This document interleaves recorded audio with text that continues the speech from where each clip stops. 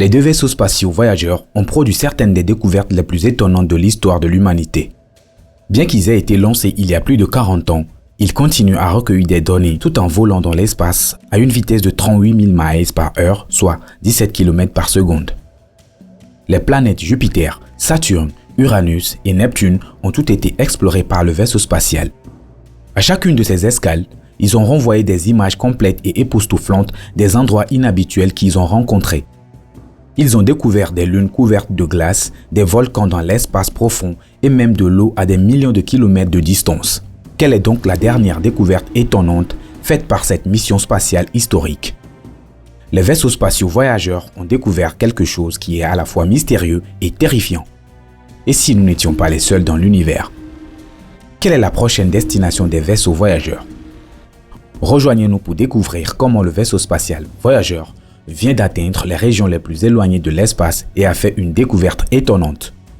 Voyager 1 est le premier vaisseau spatial à quitter le système solaire et à pénétrer dans l'espace interstellaire. La sonde a été lancée le 5 septembre 1977, près de 2 semaines après sa jumelle Voyager 2. En novembre 2022, elle se trouvait à environ 23,8 milliards de kilomètres de la Terre, ce qui en fait la sonde la plus éloignée de la planète. Le voyage interstellaire de la sonde Voyager a permis d'éclaircir des énigmes jusqu'alors sans réponse sur l'univers au-delà de notre système solaire. Cependant, les découvertes de sondes voyageurs aux confins de l'espace ont peut-être soulevé plus de questions que de réponses. Les missions voyageurs sont une composante essentielle de l'exploration spatiale depuis près de 45 ans, offrant certaines des aperçus les plus précoces et les plus significatifs du véritable état de notre système solaire. Mais elles n'étaient pas censées durer aussi longtemps lorsque les premiers plans de la sonde ont été réalisés. Dans les années 1970, Mikhail Minovitch a eu l'idée d'envoyer des sondes lorsqu'il s'est rendu compte qu'un vaisseau spatial pouvait profiter de la vitesse d'une planète pour se lancer plus loin dans le système solaire. Cela serait rendu possible par un alignement géométrique unique, une fois tous les 2 siècles, des planètes extérieures. Grâce à la gravitation et à la vitesse des planètes, il est devenu possible de se rendre sur des planètes extérieures telles que Neptune en seulement 12 ans au lieu de 30. Si Voyager 2 a été le premier à être lancé le 20 août 1977, Voyager 1 est arrivé le premier à la frontière du système solaire, suivant une trajectoire beaucoup plus rapide malgré un lancement 2 semaines plus tard, mais le voyage jusqu'à son emplacement actuel, juste au-delà de notre système solaire, était définitivement risqué. Voyager 1 a été le premier vaisseau spatial à atteindre Jupiter 2 ans après son lancement, le 5 mars 1979. Voyager 2 est arrivé sur la géante gazeuse 4 mois plus tard, en juillet de la même année. Les 2 sondes ont obtenu les premières photographies rapprochées de Jupiter à l'aide de divers instruments embarqués, révélant la tache rouge caractéristique et documentant les ouragans de taille terrestre qui ont ravagé la surface de la planète. Nous avons également trouvé des indications d'eau sur Europa, des photos de volcans actifs sur Io et découvert Ganymède, le plus grand satellite naturel du système solaire. Cependant, Jupiter n'était qu'une escale sur la route des voyageurs, et les 2 sondes se sont rapidement dirigées vers Saturne, Voyager 1 arrivant la première en novembre 1980 et Voyager 2 près d'1 an plus tard en août 1981. La mission vers Saturne a permis aux scientifiques de mieux comprendre les journées de 10 heures de la planète ainsi que d'évaluer avec beaucoup plus de précision la vitesse des vents de la planète qui peuvent dépasser 1100 miles par heure, la plus rapide de toutes les planètes du système solaire. Alors que Voyager 2 n'a fait qu'un survol rapide, Voyager 1 nous a donné un aperçu plus clair de l'atmosphère azotée de Titan et a révélé 10 nouvelles lunes magnifiques qui tournent autour de la planète. Saturne, en revanche, a été la dernière planète que les 2 engins spatiaux ont observée ensemble avant d'être déviés dans des directions différentes. Voyager 1 a commencé un tour écliptique vers l'héliosphère, mais Voyager 2 a continué comme prévu vers 2 autres planètes.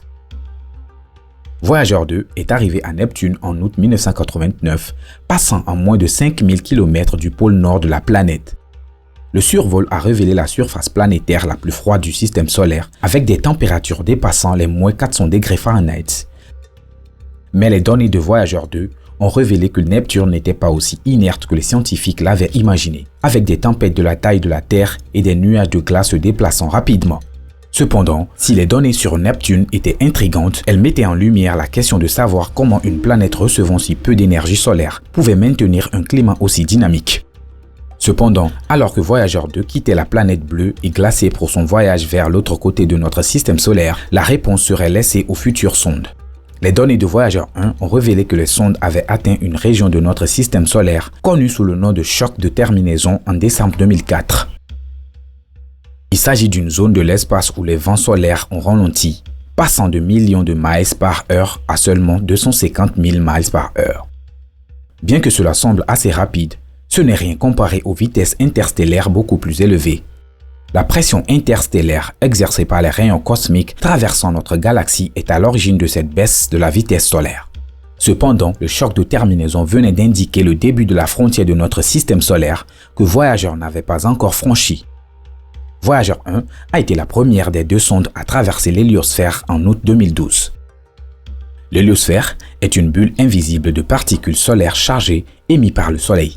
Son champ magnétique, comme d'autres facteurs invisibles tels que la gravité, protège toutes les planètes situées derrière elle des rayonnements cosmiques qui envahissent le cosmos. Ce croisement a été identifié en examinant les données de Voyager 1 lors d'une rare explosion solaire connue sous le nom d'injection de masse coronale ou CME. Les puissantes ondes de choc du Soleil ont fait vibrer les particules autour de Voyager 1 beaucoup plus intensément pendant cette CME spécifique. Les scientifiques pensent que Voyager 1 a pénétré dans une région inexplorée de l'espace interstellaire car les vibrations signalées étaient nettement plus fortes que celles enregistrées à l'intérieur de l'héliosphère. L'espace interstellaire est le vide situé au-delà de l'héliosphère qui est rempli de particules d'énergie nettement supérieure et de rayons cosmiques beaucoup plus intenses. Vous serez peut-être intéressé de savoir que notre système solaire tourne dans l'espace interstellaire, le Soleil maintenant les planètes ensemble et l'héliosphère agissant comme un champ protecteur isolant les planètes, y compris la Terre, de la radioactivité brute de l'espace interstellaire. Les 2 sondes ont été construites pour être alimentées par des générateurs thermoélectriques à radioisotope ou RTG, plutôt que par l'énergie solaire, en prévision de l'arrivée de la sonde Voyager dans ce coin sombre et glacial de l'espace. Chaque sonde est équipée de 3 RTG distincts qui fonctionnent tous au plutonium fort. Ce choix s'est avéré judicieux car l'isotope de plutonium, en se désintégrant au fil du temps, génère beaucoup de chaleur, que chaque sonde convertit en énergie électrique. Malgré son incroyable efficacité, cette source d'énergie ne peut durer qu'un certain temps car les scientifiques ont déjà calculé que les voyageurs fonctionnent déjà avec moins de la moitié de leur puissance. Cependant, la consommation d'énergie est le moindre des problèmes de la NASA car Voyager 1 a récemment rencontré ce que les scientifiques ne peuvent que décrire comme étant bizarre. Voyager 1 étant déjà à 14,7 milliards de kilomètres de la Terre, la NASA s'attend à ce que les données de la sonde soient retardées. Il faut parfois jusqu'à 21 heures pour que les données parviennent à la Terre. Alors que la sonde semble fonctionner régulièrement, les scientifiques ont découvert plusieurs anomalies dans les données envoyées ces derniers mois. Voyager 1 semble avoir été incapable de détecter sa position dans l'espace et n'est pas passé en mode de sécurité. Un mystère comme celui-ci est en quelque sorte normal à ce stade de la mission Voyager, a déclaré Susan Dodd, chef de projet à l'usine de propulsion à réaction de la NASA en Californie. Les 2 vaisseaux spatiaux ont presque 45 ans, ce qui est bien au-delà de ce que le plan de la mission a prévu. Nous sommes également dans l'espace interstellaire, un environnement à haut niveau de rayonnement dans lequel aucun vaisseau spatial n'a volé auparavant.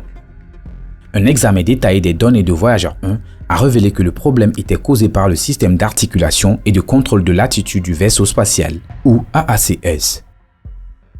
Ce dispositif contrôle l'alignement de Voyager 1 et de son antenne. Cela explique la désorientation de Voyager 1, mais pas le problème de données. Le vaisseau spatial a continué à transmettre et à recevoir des données au rythme et à l'intensité normaux du signal, mais les données reçues étaient principalement des données de télémétrie des ordures. Alors que Voyager 1 produisait des problèmes pour les contrôleurs de mission de la NASA, Voyager 2 est resté fonctionnel dans tous les systèmes après avoir passé l'héliosphère en 2018. Cependant, alors que Voyager 2 était toujours opérationnel, ses niveaux d'énergie baissaient lentement, ce qui a incité les membres de l'équipe de mission à éteindre les systèmes et les composants non essentiels afin d'économiser l'énergie. Compte tenu du rythme actuel de la baisse de puissance, l'équipe pense qu'elle ne pourra être opérationnelle que jusqu'en 2025. Après avoir reçu des données sans signification pendant des mois et ne voyant aucun moyen visible de réparer la sonde, Voyager 1 a commencé à renvoyer des données télémétriques régulières après une dernière tentative de réparation.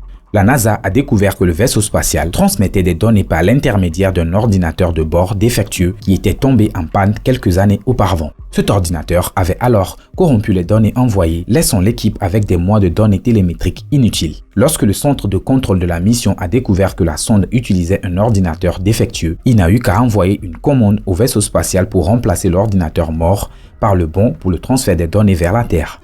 Selon la NASA, il existe une solution à faible risque au problème, et il a suffi d'une courte attente pour que la communication radio de 22 heures parvienne à Voyager 1 et que la sonde suive correctement les instructions. Cependant, maintenant que le problème de données à bord de Voyager 1 a été résolu, on ignore ce qui a poussé la sonde à passer de son ordinateur habituel à un ordinateur mort, hors service depuis des années. Nous sommes heureux d'avoir récupéré la télémétrie, a déclaré l'équipe de contrôle de la mission. Nous allons faire une lecture complète de la mémoire de l'AACS et regarder tout ce qu'il a fait. Cela nous aidera à essayer de diagnostiquer le problème qui a causé le problème de télémétrie en premier lieu. Bien que la NASA n'ait pas encore expliqué la cause de la panne de Voyager 1, de nombreux experts ont émis l'hypothèse que la sonde aurait pu entrer en contact avec une forme de rayonnement, ce qui aurait entraîné un changement de système. Cette hypothèse est confirmée par le fait que Voyager 1 se trouve dans l'espace interstellaire depuis bien plus longtemps que Voyager 2 et a très certainement rencontré des rayons cosmiques et des particules dont nous n'avons pas pu être témoins en raison de la barrière protectrice que constitue l'héliosphère. Il est possible que les voyageurs n'aient pas été entièrement préparés à la nature inconnue, volatile et rude de l'espace interstellaire et nous pourrons trouver d'autres anomalies lorsque d'autres données seront disponibles. Personne n'imaginait à quel point Voyager 1 serait encore importante 45 ans plus tard, lorsqu'elle a entrepris une mission d'investigation des planètes extérieures de notre système solaire. La sonde est restée opérationnelle bien au-delà des attentes et continue de communiquer des informations sur ses voyages vers la Terre. Au cours des 45 dernières années, les missions voyageurs ont joué un rôle essentiel dans l'acquisition de ces connaissances et ont contribué à modifier notre compréhension du Soleil et de son influence comme aucun autre engin spatial ne peut le faire, déclare Nicolas Fox, directeur de la division héliophysique au siège de la NASA à Washington. La prochaine rencontre majeure pour Voyager 1 aura lieu dans 40 000 ans lorsque la sonde s'approchera à 1,7 années-lumière de l'étoile AC plus 79 3888. Que pensez-vous que les voyageurs vont découvrir? Faites-le nous savoir dans la section des commentaires ci-dessous.